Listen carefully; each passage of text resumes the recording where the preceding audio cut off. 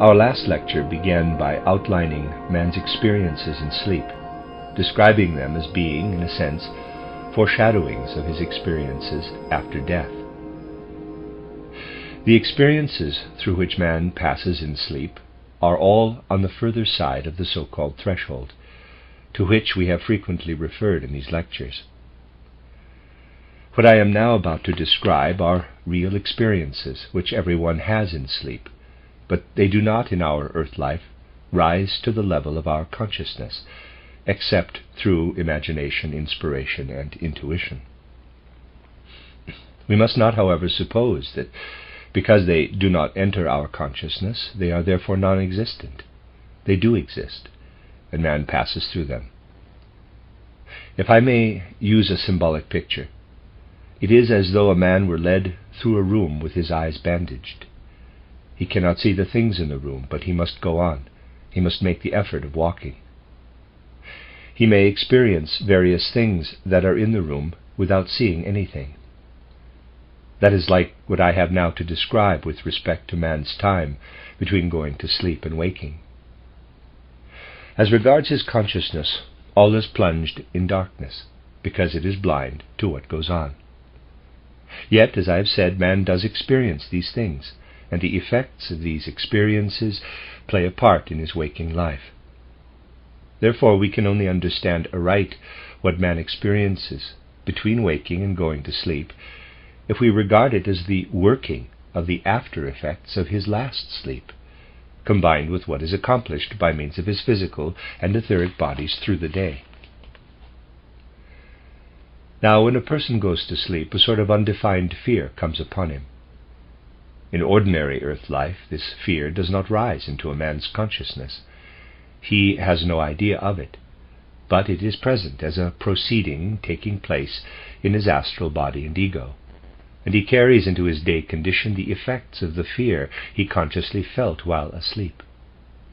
Were it not so, if he did not carry this fear with him to work as a force in the physical and etheric bodies, he would not be able to hold his physical constitution together, as it must be held, to enable it, for instance, to secrete salt and similar substances in the right way. The secretions necessary for man's organism are entirely brought about by the subconscious fear of sleep life. Thus, when a man goes to sleep, he first of all enters a sphere of anxiety, as I might say. Then follows a condition of soul which resembles a continual swinging backward and forward between a state of inner quietude and one of inner disquietude, so that if a man were to experience this consciously, he might suppose that he alternately sank into a sort of swoon and came to himself again. The fear produces a state of oscillation between having himself in a hand and fainting away. The third experience is that of standing before an abyss, with the ground giving way beneath his feet, so that at any moment he expects to be engulfed. You see, even here, the moment a man sleeps, the things in the universe begin to lift themselves out of the physical and to plunge into the moral sphere. For we can only pronounce judgment on that second state into which we are immersed when we go to sleep, if we realize that the working of the cosmic moral laws are just as real as are the natural laws that work on earth. We must be able to feel with the same certainty with which we affirm that a stone falls to earth, or that a steam engine is driven by steam, that as man in his present earth life possesses only a certain degree of strength, he is protected by the good guidance of the universe from experiencing as yet in full consciousness what he goes through every night while asleep. It has been so ordained in the cosmos that even those things that shine forth to us in utmost beauty, in loveliest radiance, must be rooted in pain, suffering, and endurance. And in a sense, all that appears so beautiful in the foreground has a background of suffering and endurance. That is just as necessary a law of the universe as that when we draw a triangle, the total measure of the angles is 180 degrees. In face of this, it is simply foolish to ask, why have not the gods organized the world as we should like it to be? Existence creates necessities. This was felt to be so, even in the teaching in the Egyptian mysteries, for there they called the conscious perception of what thus takes place in sleep, fear, and the oscillation backward and forward between holding on to oneself and swooning, and, standing before the abyss, quote, the world of the three iron necessities, close quote. That was the name given by the Egyptian mystery teaching, which through an ancient instinctive art of clairvoyance still knew of such things. It taught that if a man were to enter consciously that world which he enters every night unconsciously in sleep, he would be plunged into the sphere of the three iron necessities. What he there experiences unconsciously produces in him a deep longing for the divine, which he then felt and still feels, filling, permeating, and penetrating the whole cosmos. For the cosmos itself dissolves, we might say, into swaying, weaving, moving cloud formations. In these he lives. At every moment he can feel himself living in them. But he feels as though at any moment he might sink and go under. In all this weaving and living, man feels himself interwoven with the divine essence, which interpenetrates, surges through, and moves in the universe. This pantheistic realization of God, which comes to every healthy man in his waking day life, is an after effect, a result of the pantheistic realization of God, subconsciously experienced during sleep. Man does then actually feel this soul to be full of an inner conviction, born of that fear and faintness, an unconscious conviction, but which at the same time provides him with an inner center of gravity, in place of the outer center of gravity of physical laws. In the secret doctrine of the Rosicrucians, the pupils were taught what man experiences immediately after going to sleep. They were told of the feeling that comes over man on descending into the sphere of the three iron necessities. It was impressed on their consciousness thus: your day experiences become submerged. They are merged into cloud formations, having the power of mobility and manifesting the quality of being. You yourselves are interwoven with these cloud formations. In fear and faintness you stand within them, over an abyss. But you will have then found that which you must now bring to consciousness within you in 3 words, which permeate your whole soul. Ex Deo nascimur, out of God we are born. This ex Deo nascimur, which in the pupils of the modern mysteries must be felt consciously, but which in the ordinary consciousness is still quite indefinite, is what man first experiences when he passes from the waking into the sleeping state. In the further course of these lectures we shall see that this ex Deo nascimur also plays an historical part in the cosmic evolution of humanity. But what I am now referring to is the personal, individual part which it plays in the life of each single human being in earth life. Then, when man sleeps on further, something else sets in. The accustomed aspect of the cosmos, as seen from the earth, ceases. Here on the earth he observed the stars every night from a certain point of view, seeing them radiate and shine down upon him. He saw the moon and saw the sun, the effects of which were apparent to his senses.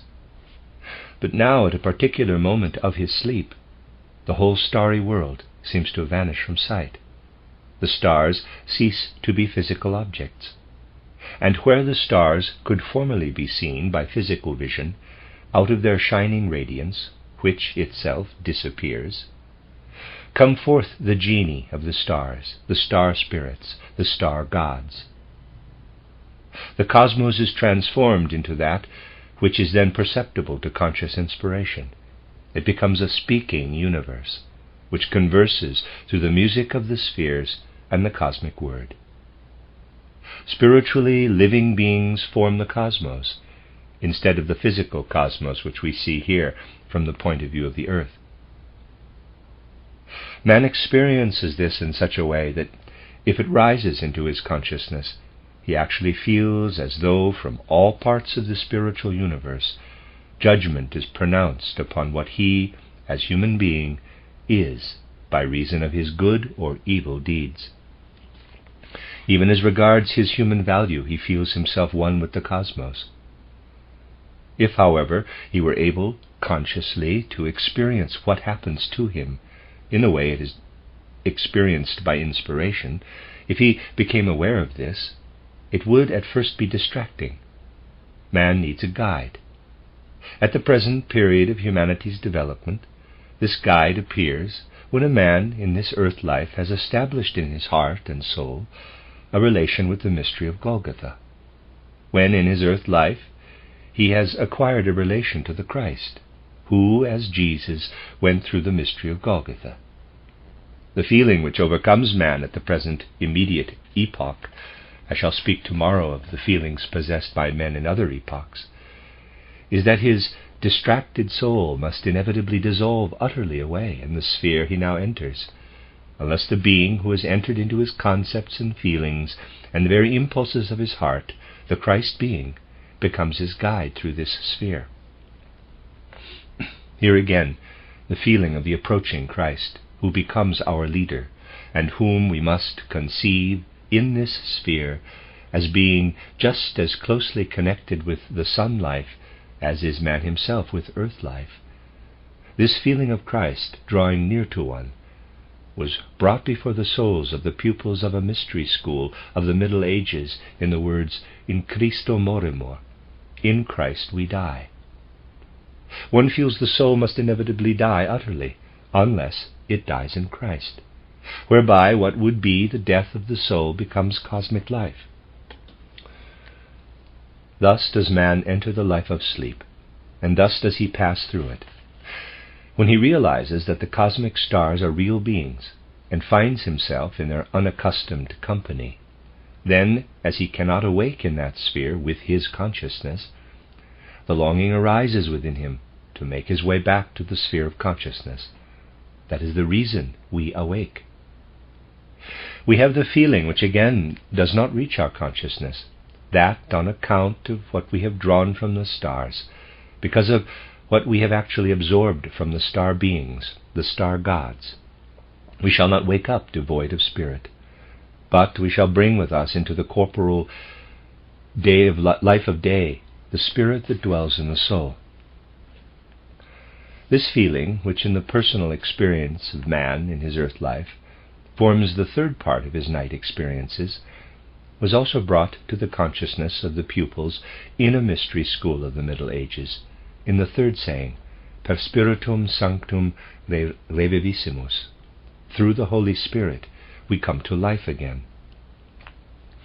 Therefore this threefold participation in the spiritual world, on the far side of the dweller on the threshold, unknown only to the man of today, must be regarded as three stages, which at the same time impress upon the human soul what we may in the true sense call the Trinity, permeating, weaving, and living in the spiritual life.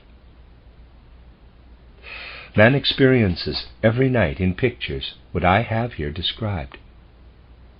Into these pictures are woven, in a retrospective sense, the experiences which he had during the day.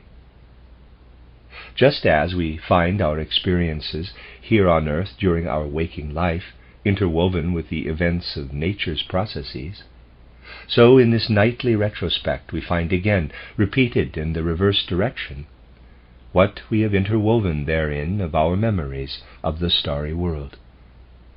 At first, however, all this is only seen in pictures. It can only be actually realized after man has passed through the portal of death. Here on this earth it is a moving picture, seen moving backward. It will only be realized after the completion of the 3 or 4 days tableau which I described yesterday. But it will then be a reality not merely a picture such as we see every night on entering the spiritual world. If we wish to call before our souls, in a really comprehensible way, the events which man experiences consciously after passing through the gates of death, we must take the following into consideration. The gods, that is to say, the spiritual beings we encounter, coming from the transformed stars, are following a different course from ours, as earthmen during our earth existence. I am now stating a very important truth about the spiritual worlds, and one that is not so clearly perceptible and not generally taken into consideration where the spiritual worlds are discussed in a more theoretic way. When we are conscious, we earthmen bear within us, in our earth life, a physical and an etheric body. These are so organized that the sum of our experience runs such a course that we pass from the earlier to the later ones, and find ourselves carried along a certain stream in time. I will draw this stream as a red arrow. It is the peculiarity of our physical and etheric bodies that they follow this direction in the cosmos.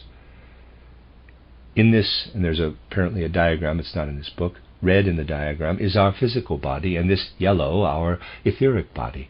They are both moving in the direction of the red arrow, and our whole life, all our experience in the world, insofar as we are human beings, moves in that direction. There's a left to right. The beings we encounter when we ascend to the life between death and a new birth, when we realize what we experienced here as pictures during sleep are moving in the opposite direction, arrow from right to left, they are continually meeting us. Thus, therefore, in relation to what we in earth life call time, we must say, the gods possess spiritual bodies, bodies of light, as we may call them, with which they move from the most distant future toward the past. Thus the gods move in this other direction. Just as here on earth we draw our physical body from the physical substances, so in our passage through time between death and rebirth, we put on divine bodies. We clothe ourselves anew in divine bodies, which in my book Theosophy I have called Spirit Man and Life Spirit. Thus we ourselves, when we pass through the gates of death, put on a life body and a spirit man, and in so doing we are given the opposite course in space. Immediately after death we turn round and travel back to our birth or conception. In our life here on earth, from birth or conception, we follow this direction, and there's an upper half of a circle apparently, and after our earth existence we turn back in the opposite direction, lower half of the circle, to our temporal birth, to where we were conceived. It is just as though we went forth from our home to visit a certain spot and then returned, thus in a sense describing a circle in space. So in the world we then enter, we describe a circle in time, for there is no space in that world, though time still exists there. We pass forward between birth and death, and having finally gone through both those experiences, we turn and pass back through the nightly earth experiences, realizing them then as spiritual realities. We travel back along the line until we come to our temporal point of departure. We have then completed the first of the circles we have to complete after our death. Very little is said today, in this materialistically thinking age, of these circles in life, in our life as a whole. We must go some distance back along man's earthly evolution to find a language really corresponding with these actual processes in human life. If we go back to the Eastern wisdom, which was aware of these, though through a somewhat dreamlike clairvoyance, and not from such a conscious insight as we could now command, we find a wonderful expression used in the Eastern Indian wisdom. We note that this wonderful expression springs from the insight which we today could again acquire if we were to cross the threshold with real understanding, if we consciously passed the dweller and entered the spiritual world in full consciousness. When the spiritual world is put together from some theory or other, which is at least half based on reason, it is described somewhat as follows, according to the materialistic conception of the universe. Man lives. His life begins with his birth. He grows into a child, a young man or maiden, grows old, and goes on till death, and so it goes on and on. A line is drawn, which of course has no end. Everyone who understands initiation knows it is simply nonsense to speak of an end, for there is no road leading to an end. There is the road turning back into itself. The wonderful expression in which the Eastern initiates once clothed this fact is, quote, "the wheel of births," close quote. Much has been said about this wheel of births, but not much at the present day to indicate the realities. We have certainly completed the first wheel when we come to the end of our stellar journeyings, to which we allot 1/3 of the time of our whole life. That means as much of our earth life as we have spent in sleep. We have then concluded the first wheel of birth, and can await patiently, in the life between death and rebirth, the revolutions of other wheels of birth. We can only understand what has come down to us from the ancient wisdom, when, through the awakening by imagination, inspiration, and intuition, we penetrate the worlds beyond the veil of the senses, and by some such method of insight into the spiritual worlds, regain the knowledge of them possessed in olden times. This knowledge was man's legacy from the days of his association with divine spiritual beings. We then begin to feel the great admiration and wonder for the ancient wisdom of humanity, of which I have spoken on another occasion.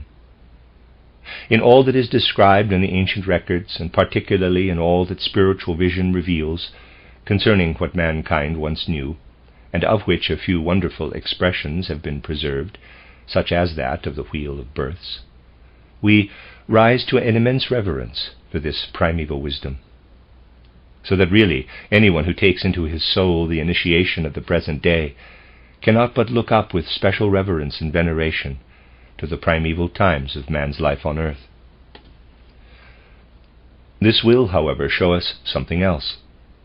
It shows that we can only reach the true nature of that old conception when we find it again through the spiritual science of today. Those who would exclude that can never understand the language spoken by those who possessed the old primeval wisdom, and therefore in reality they cannot give true historical descriptions. The manner in which those who wish to know nothing of the spiritual world analyze and interpret the old records of primeval peoples is sometimes childish.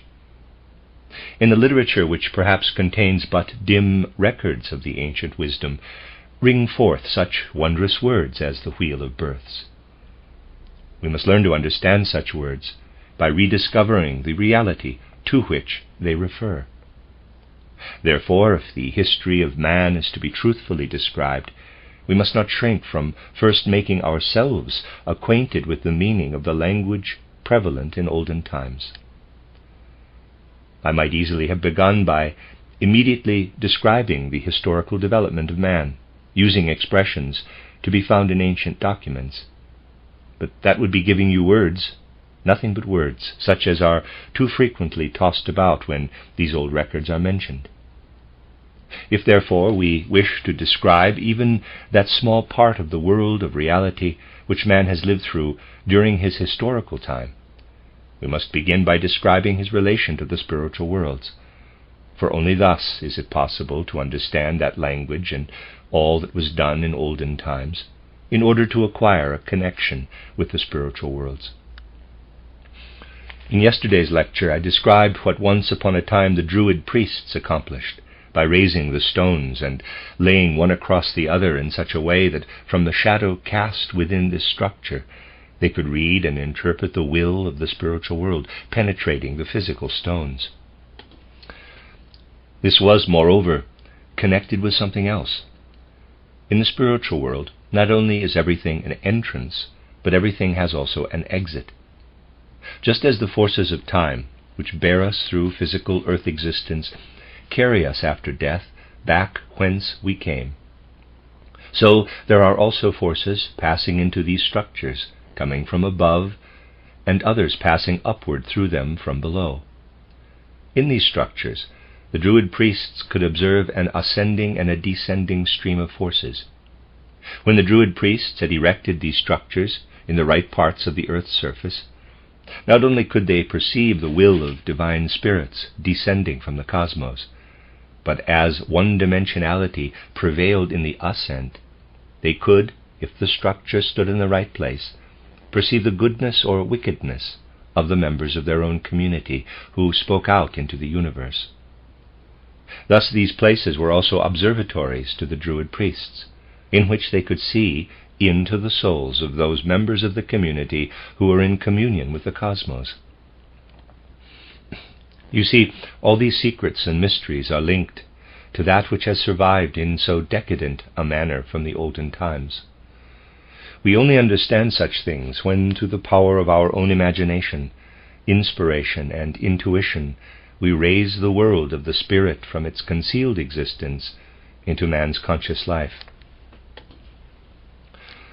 Circular movements such as I have drawn, and which of course in this form are only meant to be taken figuratively, for we really move in the sphere of the one-dimensional, are repeatedly gone through by man in the course of his life between death and a new birth. Just as the circle I have drawn leads from birth and death and back again from death to a new birth, so do the other circles lead backward and forward through man's whole life between death and rebirth. But there is always a shade of difference between the outer journey and the return. Here in this first wheel of birth, the difference is that we experience the outward going part until our physical death, and the other part, the return journey, in the time immediately following physical death, which, measured by our earthly standard of time, lasts as long as the third of our earth life. The first wheel of birth is then completed. Others are then attached to this, and we go on with these wheels or circles until we reach a definite point, from which we can enter on the return journey in the manner I shall describe in the next lecture. We go on traveling round these circles until we reach that point in our whole collective life which signifies the last death which we experienced in our preceding earthly incarnations. We spend our life following such circles, always in the time immediately after death, looking back and experiencing all we went through between our last death and the last birth into the earthly life we have just forsaken through death. Every one of these circular movements represents in its course a cosmic sleep. Were I to go on drawing such circles, starting here and going on further, the outward course would always represent a life after death, in which man, with his whole being, extends further into the cosmos, when he is conscious of really living in the cosmic world and feels himself one with it. The other half of the circle always represents man's return into himself from the cosmic world, when he sets to work to transform in himself what he had previously experienced in the cosmos, and to experience it in connection with himself. Just as we in earth life, if we are to lead a healthy existence, must experience the interchange of sleeping and waking, so in our time between death and a new birth, we must always experience to some extent this flowing out into the cosmos, during which we feel ourselves as great and all-embracing as the cosmos itself. We then feel the forms and facts of the cosmos as our own, and so far identify ourselves with the cosmos that we say to ourselves, what you perceived with your physical eyes while still a citizen of earth, what you then saw as the physical reflection of the cosmos of physical stars, among these you now live. These, however, are not physical stars, but divine spiritual beings, which unite their existence with your own. You are, in a sense, dissolved into cosmic existence. Within you dwell the divine spiritual beings of the cosmos. You must identify yourself with these. This, in a measure, is one part of our experience between death and a new birth. And whether one calls it night or day, cosmic night or cosmic day, we have to experience what I have just described. But the earthly expressions used to define it are, of course, a matter of complete indifference to the gods living in the spiritual world. Only, in our earthly nomenclature, we must use words which represent what we experience outside ourselves and describe this in a comprehensible way.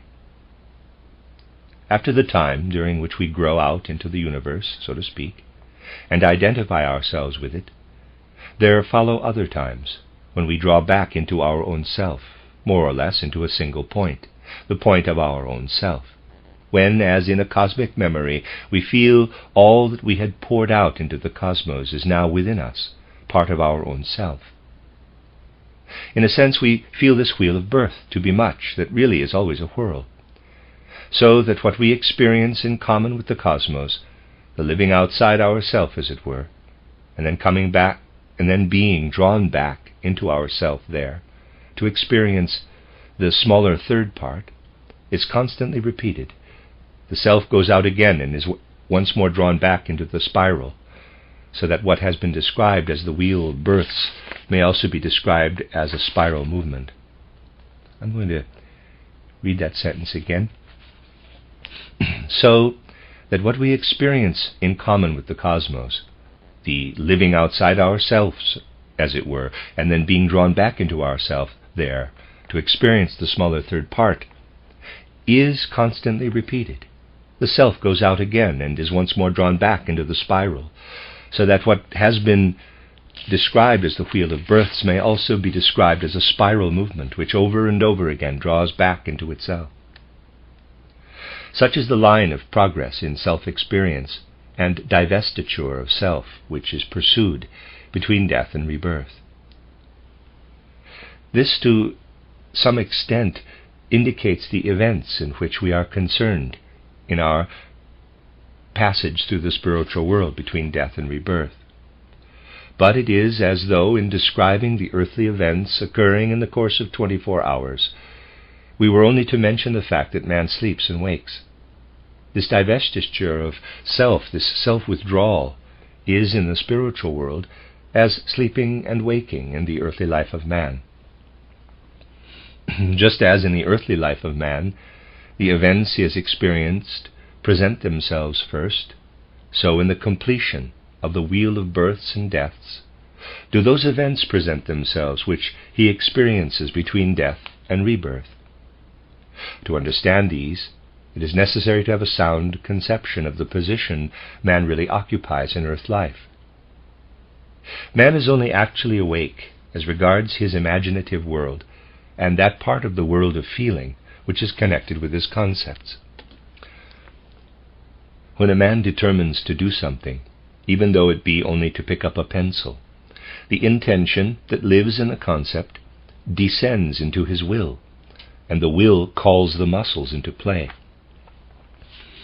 All that takes place before we see this concept carried out, before the hand grasps the pencil, all that occurs in earth life as manifestations of a man's will and desire, is just as much veiled in darkness, though it may occur in the daytime, as is the sleep life of man.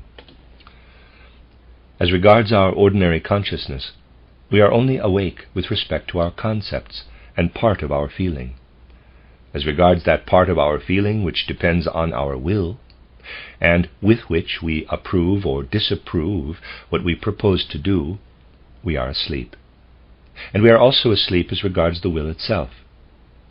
We do not take our thoughts with us. We do not carry the thoughts we formed on earth into our life between death and rebirth, any more than we carry them into our sleeping life. In the life between death and rebirth, we must form our own thoughts, and they must be such as are suitable to that other world. What we do take with us, however, is what here on earth remains in our subconsciousness, our will, and that part of our feelings which is connected with the will. We live together with that of which we here in earth life are so utterly unconscious, yet which lives in our desires and passions, and in all our physical will nature. We live with these, and with all that is spiritual in our will nature. all through the time between death and rebirth. There, what we only experienced subconsciously on earth is made over to us. We become conscious of the cosmic thoughts. To understand even the time immediately following the passage through the gates of death, we must realize that although we have a great deal to go through in our souls on earth with respect to the physical body, yet the moment we cease to possess one and pass through the gates of death, our outlook becomes quite different. The physical body, comprising the substances known to chemistry, does not experience hunger or thirst. The inner experience of hunger and thirst is an experience of the soul. But the satisfaction of hunger and thirst here in earth life is accomplished through the physical body. Hunger lives in the soul, but the satisfaction of hunger here on earth lives through the body. Thirst lives in the soul, but the satisfaction of thirst here on earth lives through the body. Now, when you pass through the gates of death, you no longer have your physical body, but still have hunger and thirst. You carry ordinary hunger and ordinary thirst with you through the gates of death. The time of traveling back to your night experiences, which takes about a third of your earthly life, has to be spent in disaccustoming yourself to a sense from being hungry or thirsty, and getting rid of other cravings which can only be satisfied through the physical body. The inner experience of this in comparison to earth life is 1/3 of your life. What follows afterward we shall go into later, but during this time, all that can only be satisfied through the body or on earth must be eradicated. The soul must free itself from those desires which, though they must still live within her, can only be satisfied through the body and happenings of earth. I have now told you part of what man has to go through immediately after passing the gates of death, based on what has been considered today. Tomorrow we shall proceed to the considerations of life between death and rebirth, as regards the whole development of mankind on earth. We must realize, however, what are the events which play their part in this earth life. That which can now again be investigated through imagination, inspiration, and intuition was once possessed by man in a sort of instinctive vision. Night was not then so closed to man. His life by day was more dreamlike, and in the dream pictures more of the spiritual world was disclosed. We now live in an age, and I lay special stress on this today, for reasons which will become apparent in the next few days. We live in an age when mankind is more than ever before exposed to the danger of losing connection with the spiritual world. Penmanmar is perhaps the very place, being still so near to the sanctuaries of the old European Druidic memories, in which to point out certain symptoms, not evil in themselves, but which, as such, indicate what is not only going on physically in our earth life in humanity, but is also, in a sense, going on spiritually behind the scenes. Just think of a man of what we today call the Dark Middle Ages, and compare him with the man of today. I shall only indicate 2 of the symptoms today which should draw our attention to the way the world should be observed from the spiritual point of view. When one takes up a book of the Middle Ages, one observes how each single letter is, as it were, painted in. One sees how long the eye must have dwelt on these letters.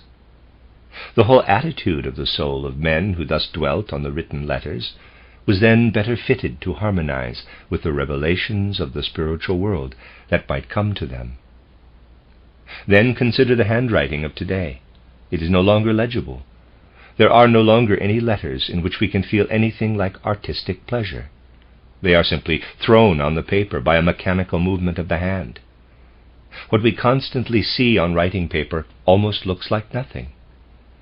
The result is that we are beginning to write, not for the purpose of communing personally with our fellow men, but using typewriting machines through which we enter into no sort of personal living relation with our correspondent.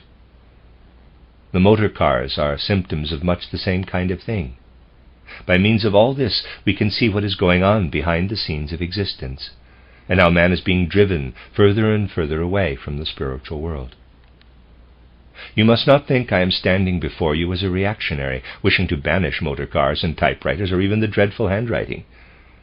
Anyone who can fathom the way of the world knows that all these things had to come and are quite legitimate. What I now say must not be taken as meaning that they should be abolished. I refer to the attention and care that is given to them. They had to come.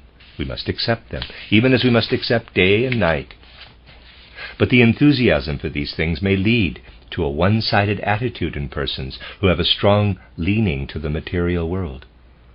All that is entering the world in this way, making such dreadful headway in the illegible handwritings, and such a dreadful hubbub in the typewriting machines, and which rushes so terribly through the world in the motor cars, must be counterbalanced by a strong penetration into spiritual knowledge, spiritual feeling, and spiritual willing, if man is to develop in a healthy way.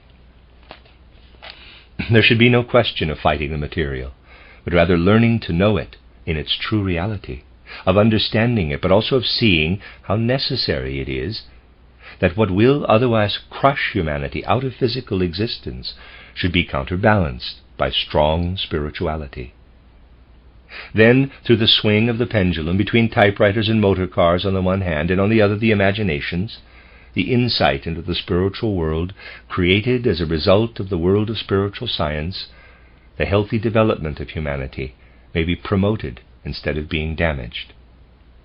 This is what I had especially to say in Penmanmar, that this is a place where on the one hand such legacies still remain from the times of the old Druids, as the imaginations, which, as I described, remain stationary, while on the other one experiences how enormously these stationary imaginations are disturbed by the atmosphere of the rushing motor cars.